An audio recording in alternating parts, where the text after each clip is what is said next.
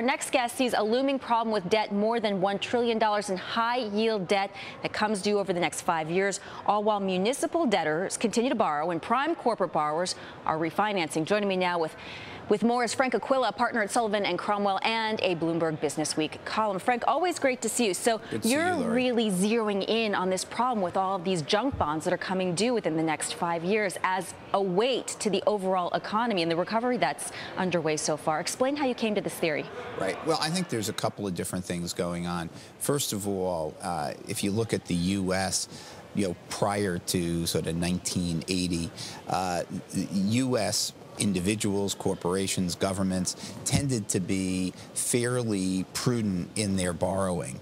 And I think Morgan Stanley figures show 150% of GDP was the amount of total borrowing in the U.S. back in 1980. What is it now? And fast forward here. The last year that we have numbers for is 2008, and it went up to over 350% of GDP.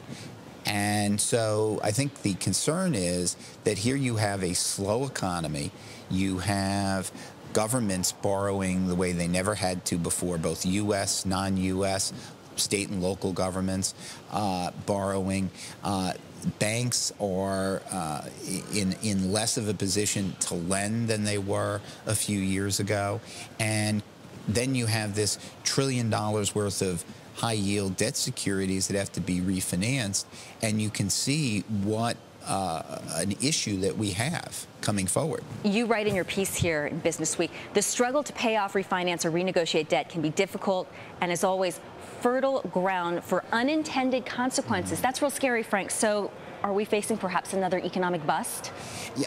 Look, I don't think that that's the case, and I certainly think that in terms of the crisis, the worst is clearly well behind us. However, in terms of companies that have this debt, trying to refinance, trying to return to growth, they're going to be limited, and it's going to be a serious impediment to any sort of growth going forward. You suggest as a solution, highly leveraged borrowers may raise equity to pay off debt, converting debt to equity.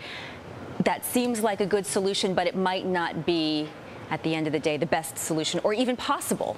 Even possible, I think, is a key point, because, sure, if a highly a well-leveraged, well-capitalized company wants to do an equity offering, they can go and get an equity offer, get more equity. But if you're really highly leveraged, the likelihood is you're going to have a hard time getting more equity because of the risk inherent in that.